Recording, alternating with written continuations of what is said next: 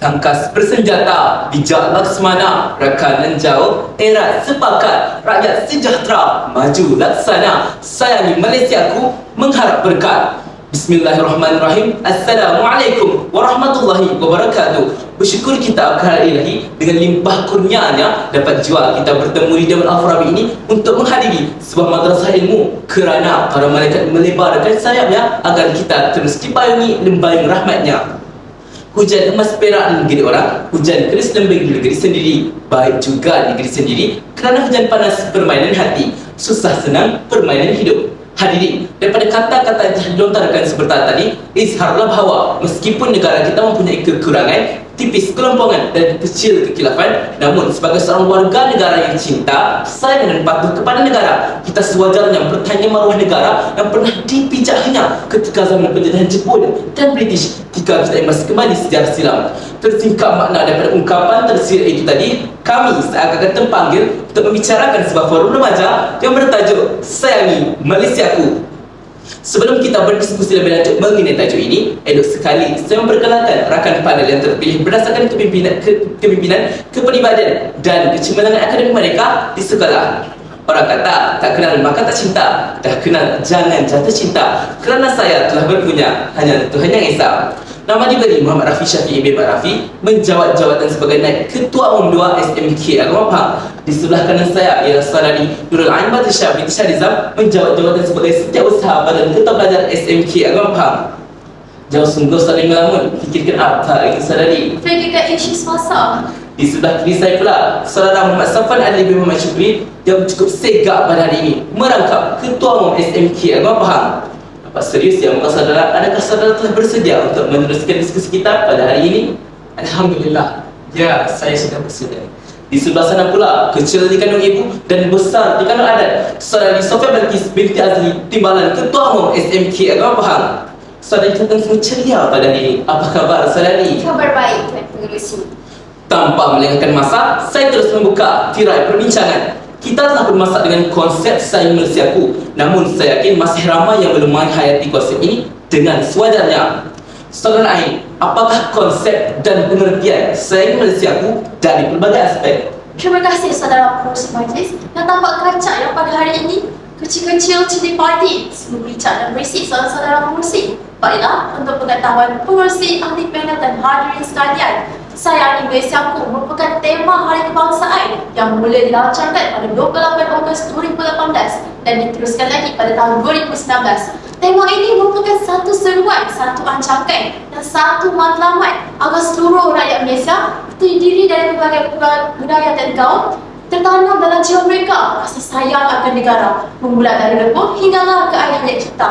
Benarlah kata-kata daripada Teremo, iaitu ahli penjaga barat yang tersebut pernah berkata, sayang akan negara lebih indah jika kita menghiasinya dengan air mata. Hal ini bermakna sayang akan negara lebih indah jika seseorang individu itu mempunyai semangat patriotisme yang tinggi dan kukuhnya jati diri. Justru itu, masyarakat Malaysia perlulah mencampurkan diri dalam dasar pentadbiran yang telah diperkenalkan seperti Dasar Pembangunan Nasional 2013, Dasar Perdagangan Negara 1984 dan Dasar Persyarikatan 1983. Berita harian 2 Februari 2023, Datuk Seri Anwar Ibrahim, Perdana Menteri ke-10 Malaysia, mengusulkan sebagai konsep Malaysia Madani ini dijanjikan sebagai jalan ke depan yang negara kita terdiri daripada berbagai budaya dan kaum. Konsep Malaysia Madani digambarkan sebagai dasar pentadbiran yang lebih manusiawi yang bertunjangkan sikap saling menghormati, meraihkan kepelbagaian dan menjadi medan dialog peradaban. Jadi ingin saya tegaskan di sini bahawa masyarakat Malaysia sudah membawa resmi parti dalam menghayati konsep Sayangi Malaysiaku agar tanah tumpah darah kita terus bercahaya di peringkat global. Oleh itu, saya serahkan kembali kepada saudara pengerusi. Terima kasih saudara Ain.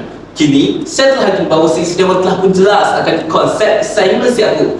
Hadirin hadirat cukup dekat di hati saya. Konsep Sayangi Malaysiaku tidak dapat dilaksanakan tanpa semangat jati diri dan kecintaan rakyat kepada negara. Saudara siapa nanti yang berketampan tidak berkelip mata-mata bidadari memandang. Saya ingin bertanya, bagaimanakah semangat kecintaan kita kepada negara dapat mengukuhkan lagi konsep Sayangi Malaysiaku? Terima kasih pengerusi majlis. Soalan yang sangat menarik dan sangat sesuai dalam situasi masyarakat Malaysia sekarang ini. Hadirin sekalian, semangat kecintaan dalam merealisasikan prinsip rukun negara atau hukum demi menyemarakkan semangat sayangilah Malaysiaku. Kecintaan akan negara mengukuhkan semangat kerjasama. Masyarakat akan sentiasa berasa bahagia dan ceria apabila berurusan dalam segala urusan. Generasi baru saling bermuafakat dalam dunia pendidikan, kualiti sukan negara semakin mengagumkan dunia dan sebagainya. Andaikanlah masyarakat sentiasa bertengkar, semua kerja menjadi salah, akhlak remaja semakin parah dan negara semakin punah. Justru itu, ayuhlah masyarakat di Malaysia, kukuhkanlah silaturahim, tenangkan jiwa agar sentiasa intim, dan marilah kita saling bersatu padu untuk menyemarakkan semangat cinta akan negara supaya kemajuan negara terus berkembang sepanjang musim. Hal ini sangat bertepatan dengan kata-kata Russell Hoban, penulis tersohor dari London, yang mengungkapkan, katakanlah yang benar walaupun pahit. Daripada kata-kata yang jelas menunjukkan bahawa masyarakat perlu berkata benar sebagai tanda cinta akan negara. Apabila masyarakat berkata benar, bertindak benar dan benar-benar bertugas, pasti negara akan terus kukuh dan semakin maju. Contohnya, pelajar-pelajar sentiasa tekun belajar dalam sektor pendidikan, para peniaga sentiasa bersikap jujur dalam urusan jual beli dengan tidak menaikkan harga suka hati, dan polis diraja Malaysia tidak mengamalkan rasuah semasa bertugas. Elemen inilah yang menyemarakkan semangat cinta akan negara supaya sayangi Malaysiaku terus kukuh dalam pesada sejarah negara. Dalam cinta kaca yang berbeza, rakyat yang berwawasan perlu menghayati prinsip rukun negara yang menjadi tonggak kepada bangsa Malaysia melalui pengibaran jalur gemilang bersempena bulan kebangsaan. Dan kita sebagai rakyat jelata jangan hanya memejam mata, menggeleng kepala dan berbelut tubuh saja untuk mempertahankan bumi tercinta ini, tapi mesti serumpun bagai serai, serubah bagai tebu, sanggup berkorban jiwa dan raga demi menyemarakkan semangat cinta akan negara. Baik budi bicara saya balik. Terima kasih saudara. Namun para hadirin, mengapa konsep ini masih belum diterapkan jika fahaman rakyat telah pun mantap dan radikal? Jadi saudari-saudara Balkis, saya ingin bertanya, apakah rintangan, adakah dugaan dan hadir halangan rakyat Malaysia pada hari ini untuk merealisasikan konsep sayangi Malaysiaku? Terima kasih Tuan Pengerusi. Hadirin yang dihormati sekalian, inspirasi yang pertama. Baru-baru ini saya terkesima apabila Kabar Perdana melaporkan seramai 3.6% populasi rakyat Malaysia masih lagi menganggur. 72% daripada pengguna media sosial ialah pengguna yang tega, iaitu mereka terlalu terpengaruh, terlalu obses dan terkesan dengan penggunaan media sosial ini. Tak cukup dengan itu, hati saya ini bagai dikoyak-koyak apabila agensi anti dalam kebangsaan melaporkan seramai 1,800 orang murid sekolah menengah, bahkan sekolah rendah telah menjadi mangsa kepada penyalahgunaan dada pada tahun lepas. Hadirin yang dihormati sekalian, dengan semua laporan yang menduga ceritakan ini, dapatlah saya nyatakan bahawa cabaran kita yang terbesar bagi merealisasikan konsep sayangilah Malaysiaku ialah pengaruh telefon pintar. Kerana apa hadirin? Kerana apa ahli panel? Hal ini kerana apabila telefon pintar disalahgunakan, maka timbullah berbagai masalah sosial yang lain. Contoh yang kita sendiri dapat lihat pada hari ini ialah gejala ketegangan dada dan kes pembuangan bayi semakin meningkat dari semasa ke semasa. Tegasnya hadirin, kita seharusnya bijak memanfaatkan penggunaan telefon pintar kerana menurut Franklin D. Roosevelt, seorang pujangga barat yang tersohor, kita mungkin tidak dapat membangunkan generasi akan datang demi masa harapan, tetapi berusahalah untuk membangunkan masa harapan demi generasi yang akan datang. Terima kasih saudari. Saya lihat pada hari ini bagaikan cacing kepanasan kerana topik berbicara kita pada hari ini semakin memuncak. Setiap pihak haruslah mainkan peranan penting dalam memastikan usaha menerapkan konsep sayangi Malaysiaku dapat dilaksanakan. Saudari Ain, bolehlah saya ingin bertanya satu soalan? Silakan saudara. Bagaimanakah sekolah ingin menerapkan konsep sayangi Malaysiaku dalam kalangan pelajar? Terima kasih saudara pengurus majlis.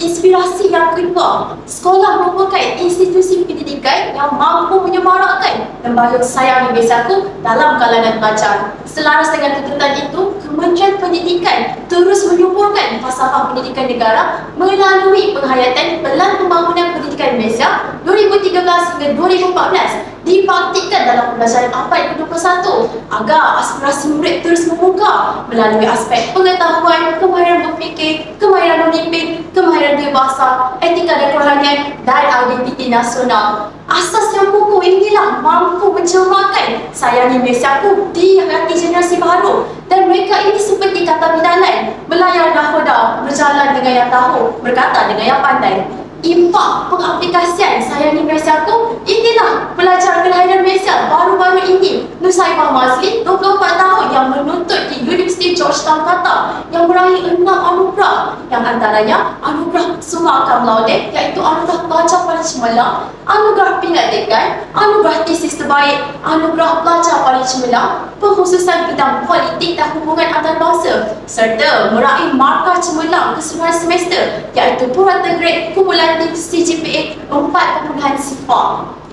Pelbagai garis panduan yang telah diberikan oleh pihak sekolah kepada para pelajar agar mereka ini sentiasa tenang dan berkeyakinan untuk melangkah ke depan yang kerap dirintangi onak duri dan mengharungi cabaran yang boleh menyebabkan mereka terjerat. Bertitik tolak daripada konsep Sayangi Malaysiaku dalam kalangan pelajar, Luqmanul Hakim pernah melafazkan, dunia ini umpama lautan yang dalam, telah karam di dalamnya banyak manusia. Hendaklah perahumu di dunia ini takwa kepada Allah, isinya iman, layar dan tawakal. Mudah-mudahan engkau terlepas. Sudah terang lagi dan bersulung bahawa pelajar yang menghayati konsep Sayangi Malaysiaku ini mampu menyahut cabaran dan mengharungi rintangan bagi menampilkan generasi yang cemerlang dan generasi yang mengamalkan konsep Sayangi Malaysiaku ini sampai bila-bila. Sekian, terima kasih. Terima kasih saudari. Begitulah pihak sekolah memainkan peranannya dalam memastikan konsep Sayangi Malaysiaku terus diterapkan dalam kalangan pelajar. Bertitik tolak daripada itu, para pelajar akan semakin meningkat ke usia dewasa. Para pelajar yang telah dididik bagai meluntur buluh biarlah dari bunganya tadi akan membentuk sebuah kelompok masyarakat. Saya terfikir sejenak, apakah menjadi tanggungjawab masyarakat pula untuk meneruskan penerapan konsep ini? Jadi, Saudari Sofia Balkis, bagaimanakah peran masyarakat untuk mendidik remaja supaya menyemarakkan konsep Sayangi Malaysiaku? Terima kasih Tuan Pengerusi. Hadirin yang dihormati sekalian, inspirasi yang ketiga. Apabila saya dengar sahaja soalan ini, saya terus teringat akan kata-kata Henry John Ibsen, seorang dramatis kelahiran Norway. Kata beliau, masyarakat ibarat perahu, semua orang perlu membantu untuk mengemudinya. Maka, bagi melahirkan remaja yang faham akan konsep Sayangi Malaysiaku, masyarakat perlu bersikap cakna remaja. Tetapi, apakah sikap yang menunjukkan cakna remaja itu, hadirin dan ahli malam sekalian? Masyarakat yang cakna remaja ialah masyarakat yang sentiasa mendidik remaja nilai murni melalui pelbagai program yang selari dengan dasar pembinaan biaya negara. Contohnya, kursus bina insan remaja dan kempen remaja serentak. Hal ini kerana apabila remaja disemai dengan nilai-nilai murni sebelum mereka menjadi keras, maka mereka dapat mengharumkan nama negara dengan mempamerkan sisi positif masyarakat Malaysia. Apabila remaja dapat mengharumkan nama negara di peringkat antarabangsa, ini membuktikan bahawa mereka sayang akan negara, seperti pempengaruh media sosial Muhammad Sofyan Abdullah atau Sofyan yang berjaya menjuarai Ultimate VFX Challenge Los Angeles baru-baru ini. Selain itu, kejayaan saintis negara Dr. Nur Ardita Iman Anwar dan pasukannya di NASA berjaya menemui satu long hitam supermasif atau raksasa dalam galaksi NGC 1448. Namun begitu, kejayaan mereka perlulah dibantu oleh ibu bapa, keluarga, jiran tetangga dan masyarakat Malaysia sambil bekerja kuat seperti masyarakat Jepun. Nada ruyung perlu dipecahkan sebelum kita dapat sambungnya. Maka, jelaslah bahawa masyarakat berperanan untuk bekerjasama bagi arah dengan tebing demi melahirkan badan insan yang menghayati Sayangilah Malaysiaku. Terima kasih Saudari Sofia. Sudah terjawab soalan saya bahawa menjadi tanggungjawab masyarakat seperti kata pepatah, ke sawah tidak berduduk, ke ladang tidak berarang, atas tanggungjawab masyarakat untuk menerapkan konsep Sayangi Malaysiaku. Jadi saya ingin bertanya kepada Saudara Safwan, Kenapa tidak? bagaimanakah integriti masyarakat Malaysia dapat mengukuhkan lagi lembayung konsep Sayangi Malaysiaku? Terima kasih mengurusi majlis yang sangat kreatif dalam bahasa. Hadirin yang dihormati sekalian, Pelan Integriti Nasional kian bersemarak di bawah lembayung rukun negara. Imbau kembali, krisis pencerobohan Datu 2013 melukakan hati. Kesihatan 2,000 orang awam terjejas dan 111 buah sekolah terpaksa ditutup Mac 2019 kerana pencemaran Sungai Kim yang membuat harmoni seluruh berdiri kerana hilangnya integriti dan jati diri. Tun Dr. Mahathir Mohamad dan Menteri keempat dan ketujuh telah berkata, apabila satu bangsa itu hilang kepercayaan terhadap diri sendiri, maka sudah tentu bangsa itu kekal dalam kehinaan. Ungkapan yang menarik ini telah menjelaskan betapa pentingnya integriti dan kalangan jelata, kerana integriti dan jati diri inilah yang menjamin semua kerja menjadi dan rakyat dipandang tinggi oleh masyarakat antarabangsa. Apabila muncul bergaya kenderaan nasional ke seluruh pelosok negeri, gagah bertahta pemain nombor 1 dunia Datuk Eko N. David yang menyemarakkan semangat Azizul Hasni Awang melalui kelihan basikal berkualiti tinggi serta pandai lari dalam sukan terjun papan antara berseni sambil menyaksikan keindahan tidak terperi tumpah terapu ini melalui jendela kereta api berkelajuan tinggi. Hadirin sekalian, impak integriti inilah yang menjadi jelata merealisasikan integriti nasional. Bak kata pepatah, bertani boleh diheret, bertampuk boleh dijinjing. Dan ikatan integriti nasional inilah yang memastikan saya ingin Malaysiaku terus gagah di mata dunia. Terima kasih Saudara Safwan. Izharlah bahawa setiap pihak perlulah mainkan peranan penting, tidak kira sama ada para pelajar, masyarakat, bahkan rakyat sejagat. Hadirin sekalian, oleh kerana masa mencuburi perbincangan hangat ini, saya minta Saudara Ain menyatakan harapan beliau untuk merealisasikan konsep Sayangi Malaysia itu. Terima kasih saudara. Rasa sedih pula untuk meninggalkan majlis kita pada hari ini. Satu petua kebaikan bersama. Masyarakat perlulah berubah apabila mahukan perubahan. Jadikan konsep Sayangi Malaysiaku ini sebagai satu eksplisit dan kompetitif, mudah dihayati masyarakat. Bersandarkan konsep gagasan Malaysia Madani seiring dengan cabaran baru, keasaman dan langkah baru menjadi sebuah penggunaan demi memartabatkan dan menjulangkan nama negara di pusat antarabangsa. Jadilah seperti benih yang bernas, walau 1000 tahun di simak panas, namun tetap mencetus tunas. Wallahu a'lam. Terima kasih Saudari. Oh, hebat. Itulah kata-kata yang boleh saya ungkapkan. Baiklah, apakah harapan rekan panel kedua Safwan Azli untuk mengutarakan harapan beliau pula? Silakan. Terima kasih pengerusi majlis yang sangat petah dalam berkata-kata. Harapan saya terungkap dalam sebuah pantun. Menjual permata di Pulau Daik sambil bercerita bersama teman. Sayangi Malaysiaku, amanan baik, rakyat sejahtera sepanjang zaman. Terima kasih dalam geladi, indah hidup kita semarak berbunyi. Terima kasih saudara. Saya ingin sekali menjemput saudari Sobe Balkis untuk menyatakan harapan tinggi beliau pula. Silakan saudari. Terima kasih Tuan Pengerusi. Sayangilah Malaysiaku bila diterapkan dalam kalangan masyarakat. Hal ini dapat menanam rasa cinta yang tinggi terhadap negara, sekaligus rakyat akan cakna tentang masalah yang berlaku di dalam negara, terutamanya masalah sosial yang kian menjadi-jadi.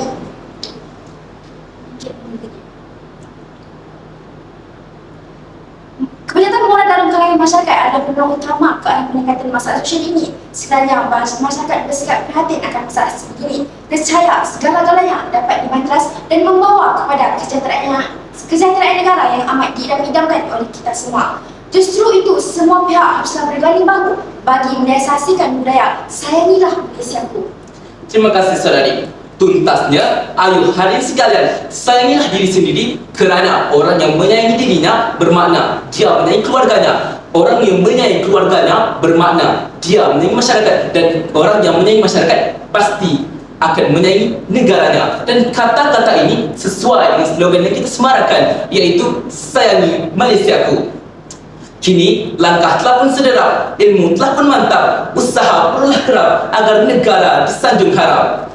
Dikala petang angin berdesir, sejuk rasanya payu lautan, rakyat berguna bagaikan pasir, walaupun sebutir jadikan intan. Sekian wabillahi taufiq wal hidayah. Wassalamualaikum warahmatullahi wabarakatuh.